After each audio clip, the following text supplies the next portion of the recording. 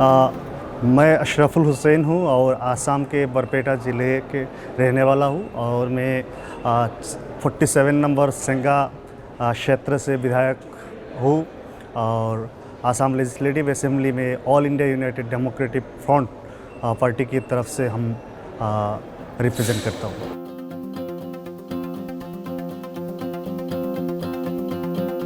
देखिए, मेरा जो क्षेत्र है ये आसाम के एक नदी किनारे वाला एक क्षेत्र है और आप जानते हैं सब लोग कि ब्रह्मपुत्र नदियाँ जो है वो आसाम के एक साइड से दूसरे साइड तक पूरा बह जाते हैं। उसके ही नदी के दोनों तरफ मेरा एक कॉन्स्टिट्यूंसी है। ये एक ऐसे ज़िले में है जो बैकवर्ड ज़िले की भी बोल सकते हैं, इसीलिए इस बार वो एस्पिरेशनल डिस्ट्रिक्ट में भी आया है। और दुख की बात ये है गरीबी और अशिक्षा की अंदर हम डूबे हुए हैं। डेवलपमेंट से बहुत दूर में रहने वाला एक क्षेत्र से हम बिलोंग्स करते हैं और और उस क्षेत्र के लोगों को मैं रिप्रेजेंट करता हूँ।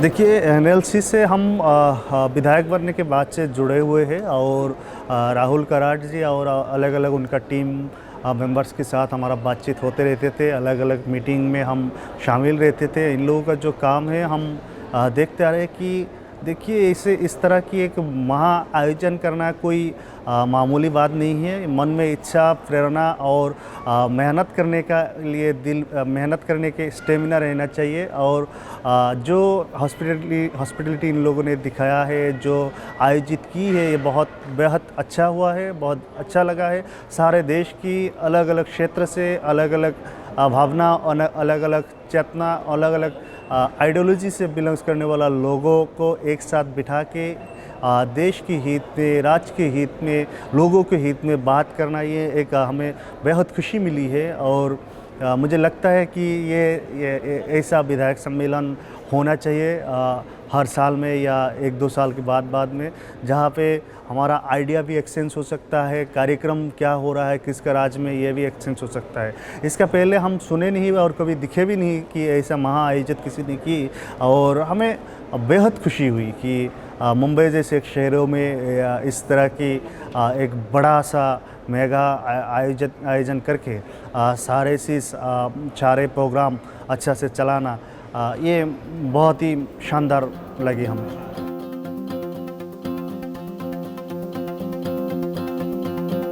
देखिए, जो लोग आज पॉलिटिक्स के अंदर में है, जो लोग लेजिस्लेटर बना है, जो लोग मेंबर्स ऑफ पार्लियामेंट बना है या एमएलसी बना है देश के अलग अलग क्षेत्र से, यहाँ हमारा मूल काम तो ये ही है हमारा कि हम विधान बनाए देश के लिए और जनता के हित चर्चा करें, हित चिंता करें। लेकिन दुख की बात भी ये है कि हम बहुत टाइम में दिखते हैं कि जो लेजिस्लेटिव काम वगैरह रहता है उसमें इंटरेस्ट कम रहता है, उसका ऊपर नॉलेज भी जो लीडर्स रहता है उनका कम रहता है। देखिए, लेजिस्लेटर के मूल काम तो कानून बनाना है। हमारा वो कानून हम ना समझे, देश का संविधान को हम ना समझे, देश का जिस भावना से इस देश की स्वतंत्रता लाई गई है उसको हम ना समझे और हमारा समाज की आखिरी बंदा तक हमारा बात ना पहुँचे, हम उसके ना सुने, तो ये देश की हित, ये वेलफेयर में कुछ हम इतना सोच नहीं सकते। इसीलिए इस तरह का एक स्कूल जहाँ पे गवर्नेंस, जहाँ पे पॉलिटिक्स सिखाया जाएगा,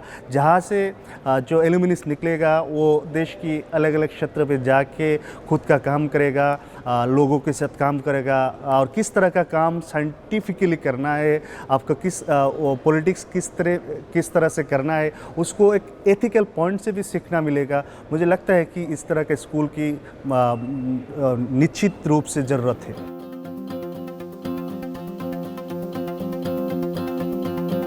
देखिए, मेरा कॉन्स्टिट्यूंसी के सबसे बड़ा संघर्ष तो हम इलिटरेसी है। देखिए, एक नदिया से घिरे हुए एक कॉन्स्टिट्यूंसी जहाँ पे 10 से भी ज़्यादा सरपंच इलाका हम नाव से जा सकते हैं, तो इस जगह पे ट्रैवलिंग कम्युनिकेशन की बहुत चैलेंजेस रहता है। उसको अंदर भी हम देखते हैं कि हमारा कॉन्स्टिट्यूंसी का एक गांव है जिसका नाम उत्तर गुदनी है। वहाँ पे वुमेन लिटरेसी रेट हिंदुस्तान से सबसे कम है। ओनली 6% वुमेन लिटरेसी रेट मेरा क्षेत्र के एक गांव के है। तो इसीलिए इस तरह ऐसा शिक्षा के लिए हम संघर्ष कर रहे हैं और हम आशावादी है कि अगले दिन हम शिक्षा के उत्तरण के लिए, शिक्षा की भलाई के लिए कुछ काम कर पाएंगे और उसका आउटपुट ज़रूर निकलेगा। मुझे लगता है कि हम अगर एच एंड एवरी इंडिविजुअल्स को क्वालिटी एजुकेशन दे सकेंगे तो उन लोग खुद का काम, खुद का धंधा सब कुछ खुद ही कर पाएंगे। अगर हम शिक्षा से, अगर हम बेसिक सुविधा से उनको वंचित करेंगे तो देश कभी आगे नहीं बढ़ पाएंगे। उससे अलावा भी मेरा एक मन में हमेशा एक चिंता है, वो चिंता है हमारा समाज का, हमारा देश का आधा जो जनसंख्या है वो महिला है और महिला को भी आगे बढ़ाना चाहिए। महिला हमेशा घर में रहेंगे, महिला हमेशा घर का काम करेंगे। इस तरह से समाज का आधा जनसंख्या को, बोले तो 50% जनसंख्या को हम घर में रखेंगे तो डेवलपमेंट के काम में अगर उनको ज्वाइन नहीं करवाएंगे तो तुरंत डेवलपमेंट नहीं होंगे। इसलिए वुमेन एम्पावरमेंट, वुमेन एम्प्लॉयमेंट के ऊपर भी हमें ये नज़रअंदाज डालना चाहिए और उनके लिए भी सुविधाएं निकालना चाहिए, जिसके ज़रिए देश और समाज पूरा सबको एक साथ लेके, इकट्ठा लेके तुरंत गति से आगे बढ़ेंगे।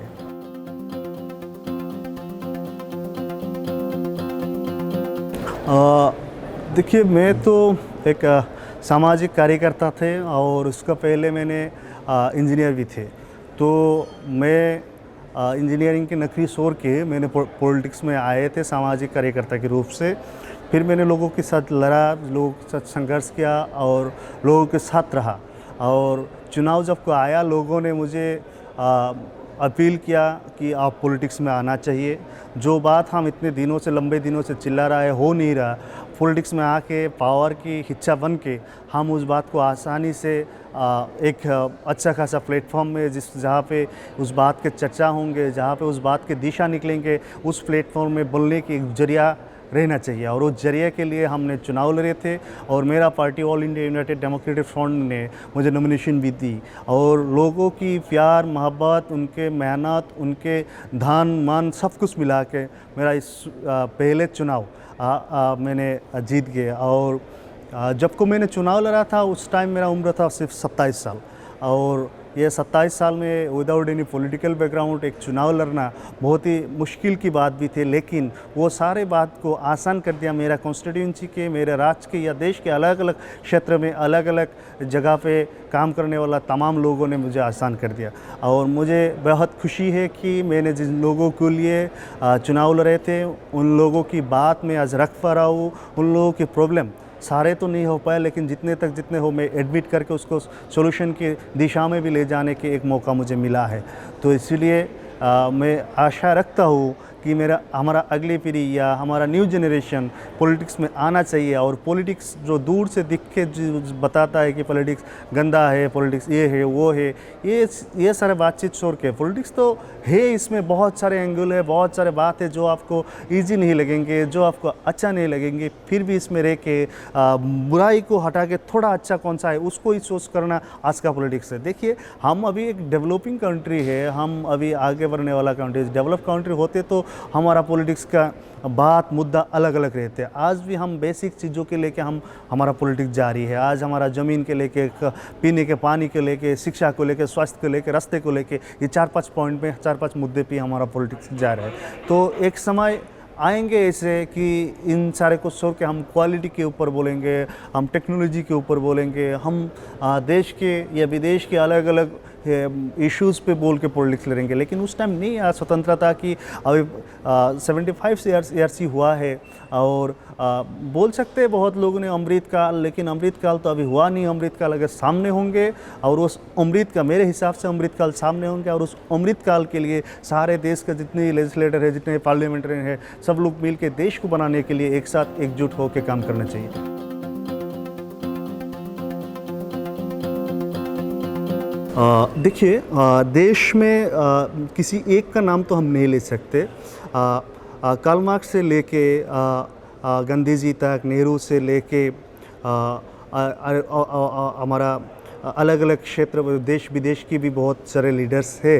नेल्सन मंडेला जी भी उनमें से एक है, जिन्होंने बहुत लंबे समय जेल के अंदर रह के भी उनका देश की जनता के लिए स्वतंत्रता की बात सोचे थे, जिन्होंने समाज के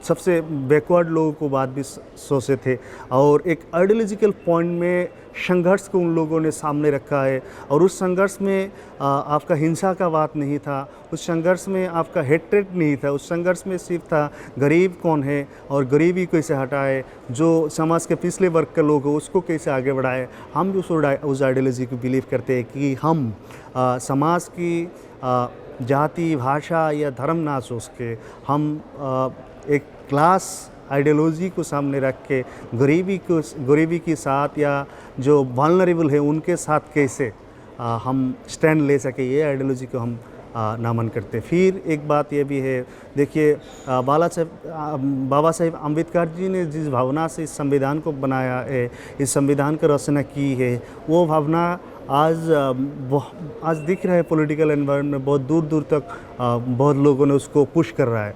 मुझे लगता है कि ये हमारा डेमोक्रेसी के लिए भी सही नहीं है।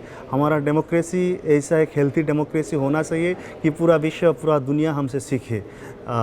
इसीलिए मैं आशा और उम्मीद रखता हूँ देश का जो संविधान है, इस संविधान को हर लोगों ने समझे, सोचे और उस संविधान के पालन करें।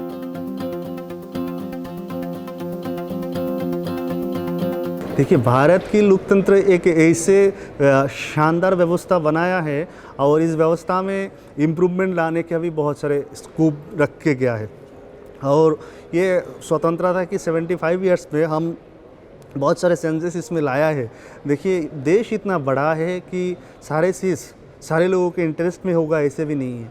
फिर भी इसमें जो सेक्युलरिज्म की भावना इस देश में है वो ही महत्वपूर्ण बात है। जिस समय इस देश बंटवारा हुई थी उस समय एक राष्ट्र तो ऐसे बना जिसने धर्म के आधार पे उनका ज़मीन उन लोगों ने सुन लिया। लेकिन हिंदुस्तान में हर धर्म, हर मजहब के लोगों के, हर भाषा के लोगों के लिए जगह बना के गया है। उनका सेफ्टी, उनका सिक्योरिटी, उनका लैंग्वेज, उनका कल्चर, उनका धर्म, सब कुछ पालना, सब कुछ मानना के लिए भी जगह रख के गया है। तो यही है हमारा ये संविधान की सुंदरता। यही देश और दुनिया हमसे सीखना चाहिए।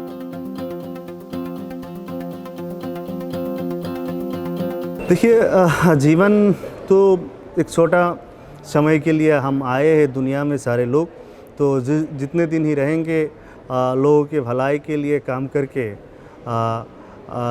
जिस तरह जब तक इस समाज की सबका भलाई ना होगा वो टाइम तक हम समाज के हित के लिए, समाज के काम के लिए, समाज के लोगों के लिए इस क्षेत्र पे, ये इस फील्ड पे रहे, यही मेरा फील्ड है।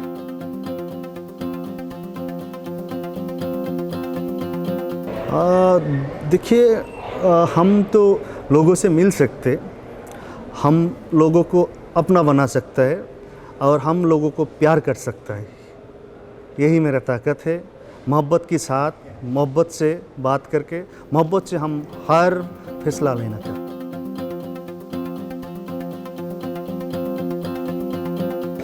देखिए भाई, ये जो पॉलिटिक्स है इसको सुन के ही दूर मत भागना, इसके अंदर आइए और इसको समझिए और इसको बेहतर बनाने की कोशिश कीजिए। इसलिए हम इसमें ये सिस्टम के अंदर ना रहेंगे, ये देश तो चलाएंगे पॉलिटिशियन लोग ही, एग्जीक्यूटिव ही चलाएंगे और कानून और विधान और पॉलिसी पॉलिटिशियन ही बनाएंगे, बोले तो लेजिस्लेटर एंड पार्लियामेंट्री बनाएंगे।